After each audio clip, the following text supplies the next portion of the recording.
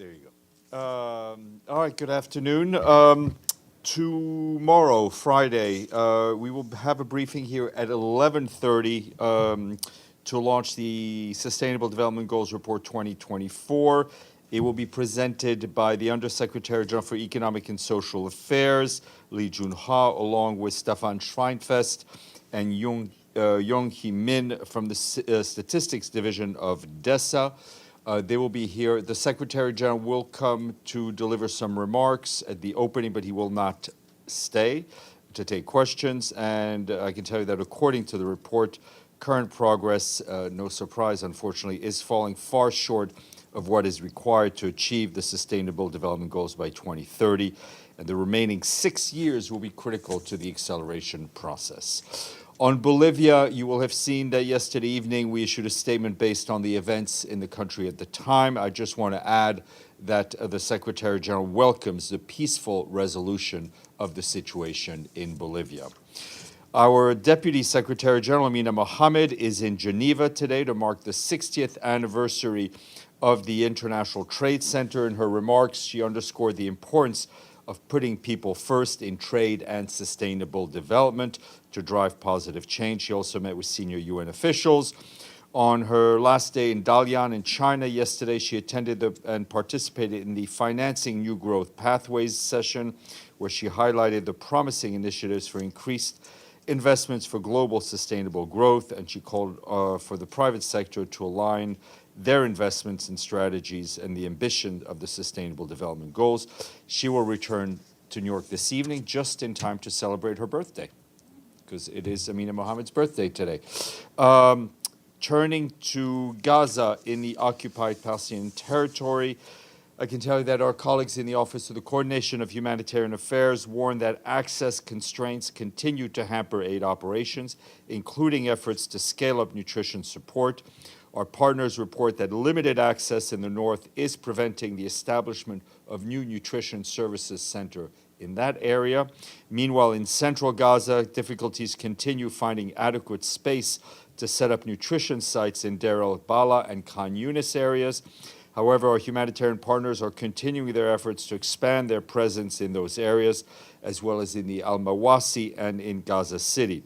The World Food Program says its operations are being severely hindered by escalation of fighting in southern and central Gaza, as well as the limited flow of humanitarian assistance and the lack of public order and safety in the south. Despite these challenges, the World Food Program has managed to reach 766,000 people in Gaza with food this month alone, though these rations have been reduced due to limited aid and dwindling food stocks. So far in June, WFP has also provided 9.4 million hot meals through a network of more than 90 community kitchens, and they were able to reach about 300,000 people through that. The vast majority of these meals were distributed in Deir el-Bala and Khan Yunis. However, humanitarian partners say a shortage of cooking gas, combined with the absence of public power supply, is hindering efforts to help to keep these community kitchens and bakeries running. UN Relief and Works Agency UNRWA says people in Gaza are living surrounded by piles of waste and sewage. Health conditions continue to worsen due to crowded shelters, lack of food, water, and fuel, minimal access to medical supplies, and the summer heat that is hitting Gaza. Our partners tell us that efforts to collect and transfer solid waste to temporary sites are continuing this month, but at a lower rate due to the lack of fuel. Fuel shortages could also hinder ongoing maintenance work on the electricity feeder line for the southern Gaza seawater desalination plant. Meanwhile, our partners working to provide shelter for displaced people in Gaza report that repeated waves of displacements are wearing out makeshift shelters, which are having to be disassembled and reassembled again. This morning, back here in the Security Council, there was a briefing on the Central African Republic UN peacekeeping mission. The members were briefed by the Secretary General Special Representative, Valentine Rugwabiza. She said the current political and security crises in the CAR have negatively impacted cattle owners, turning their practice into one of the main triggers of attacks against civilians. She said the last month the UN mission in the country facilitated the first high-level conference to support livestock owners, which resulted in various new measures to protect them. She also said the mission is supporting preparations for the upcoming election. She did express her concern at the continuous misinformation and disinformation campaign against the UN mission and said this is further complicating the already challenging context, to say the least, in which the mission operates.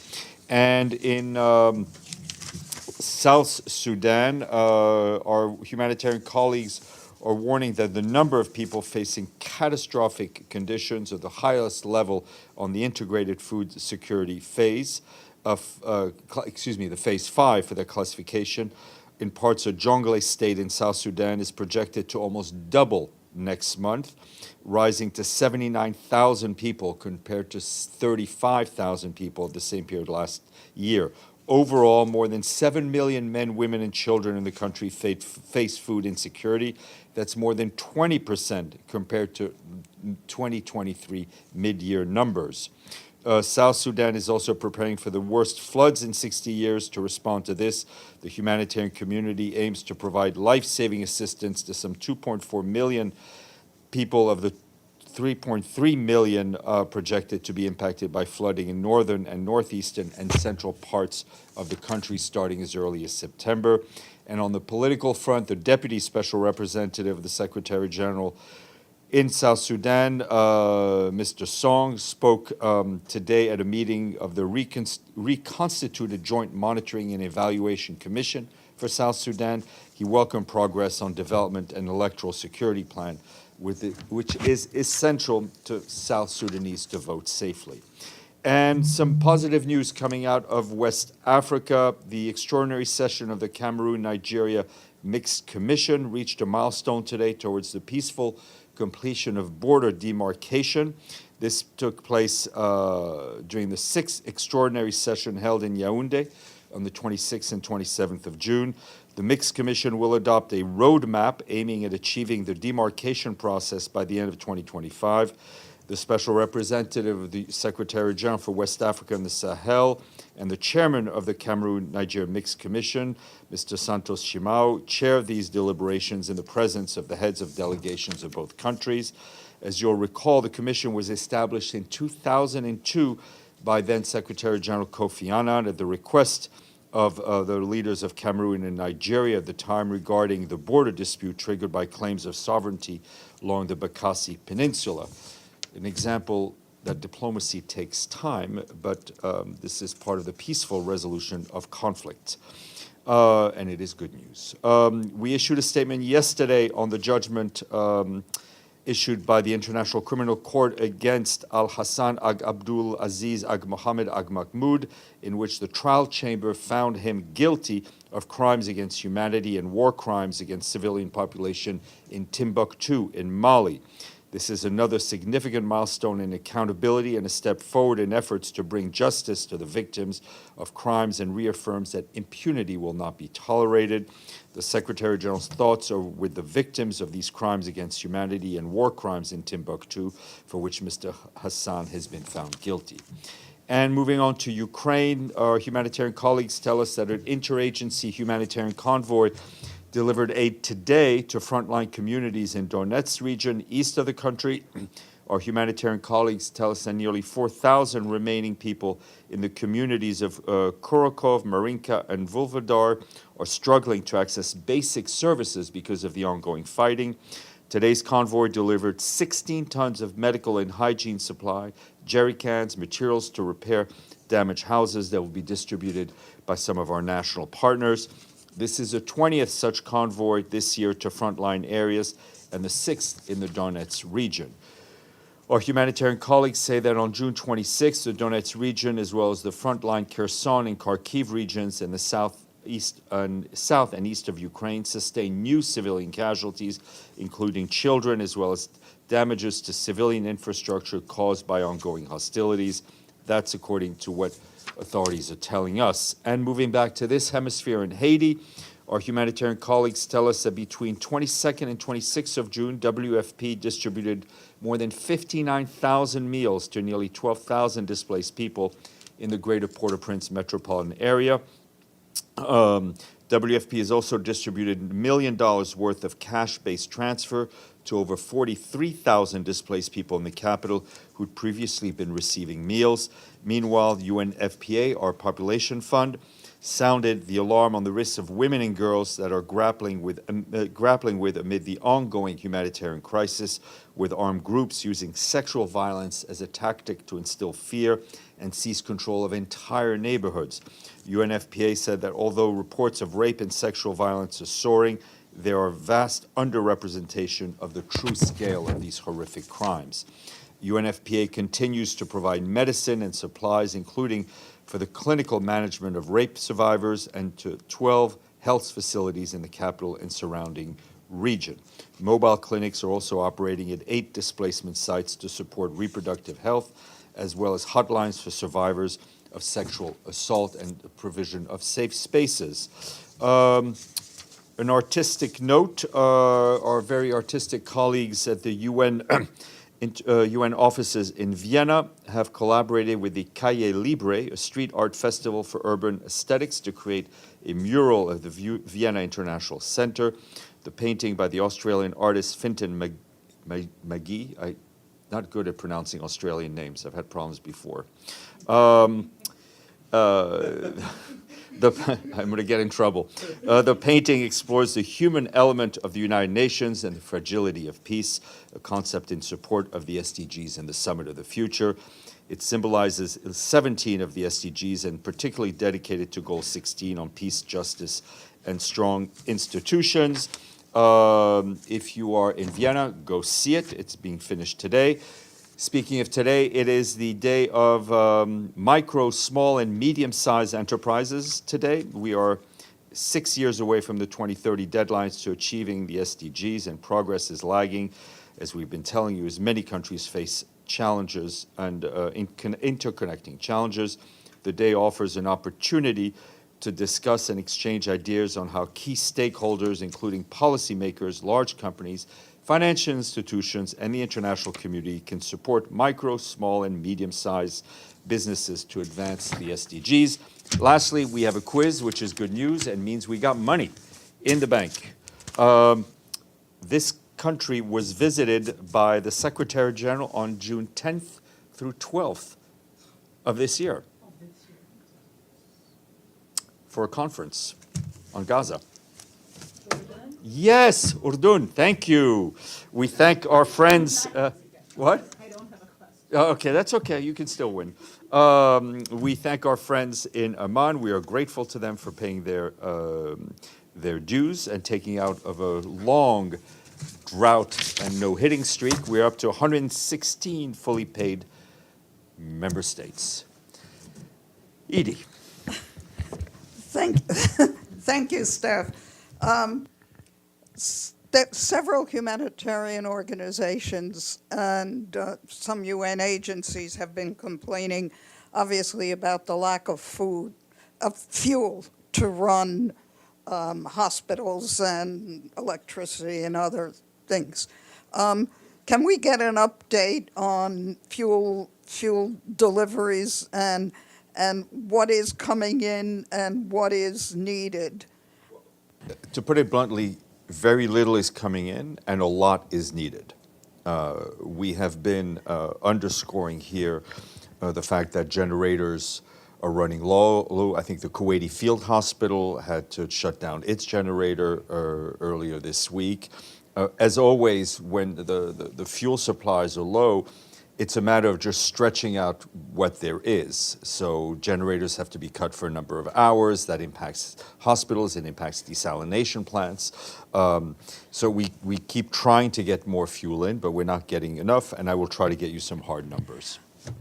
Thank you. And on the road from Kerem Shalom to the coast, is the UN able to use it at all, or is the situation still the same? Not at this point. I know our humanitarian colleagues are in contact with the Israelis, and we're in contact with the Israeli military more than a daily basis to try to figure out how we can access that road safely and make sure that the road is safe both for the trucks, but also passable in terms of repairing whatever damage there is to the road. And is there any update on the U.S. peer review? Nothing to share with you at this point, I'm sorry to say. Deji and then Gabriel.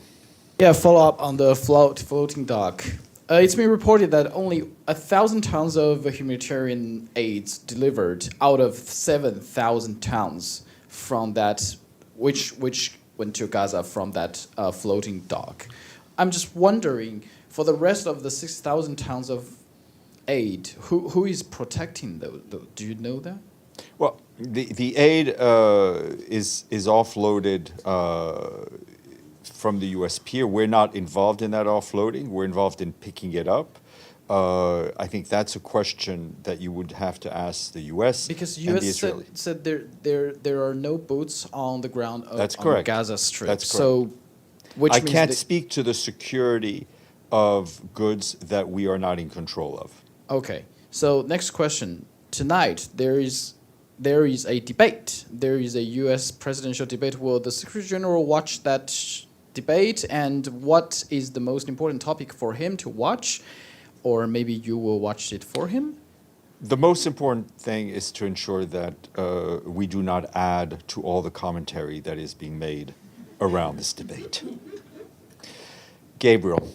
Thank you, Steph. We're hearing that there was a convoy of critically injured. Let me rephrase that. We're hearing that there's a convoy of people that need life-saving medical attention that was able to possibly leave Gaza today. Was the WHO, to your knowledge, involved in that? The knowledge that I have is zero on this. I hadn't heard, but I will check with our WHO colleagues if we were involved. I mean, sometimes we're involved, sometimes we're not. Sure. But we'll check with Thank you. And the Gaza Health Ministry says there are about 25,000 people that need medical attention, cancer patients and others, that have not been able to be evacuated yet. Generally, what's the Secretary General's position in terms of the UN's role in trying to get assurances that they can get out and get help? We've been, as you know, WHO and others have been involved in sort of harrowing missions, right, to get different people out, including babies out. So we again, it's like everything else that's going on in Gaza. We are, as soon as we find a breach, we try to get in, right? We try to move the process forward and deliver humanitarian aid. But it is on a case-by-case basis, assessment by assessment basis. It is clear to anyone who is paying a minimum of attention to this crisis that there are, in a war zone where people cannot escape, you can very well imagine that there are a huge number of people who need medical help, whether it's through chronic disease and where they needed dialysis, or whether it's from wounds sustained, from amputation.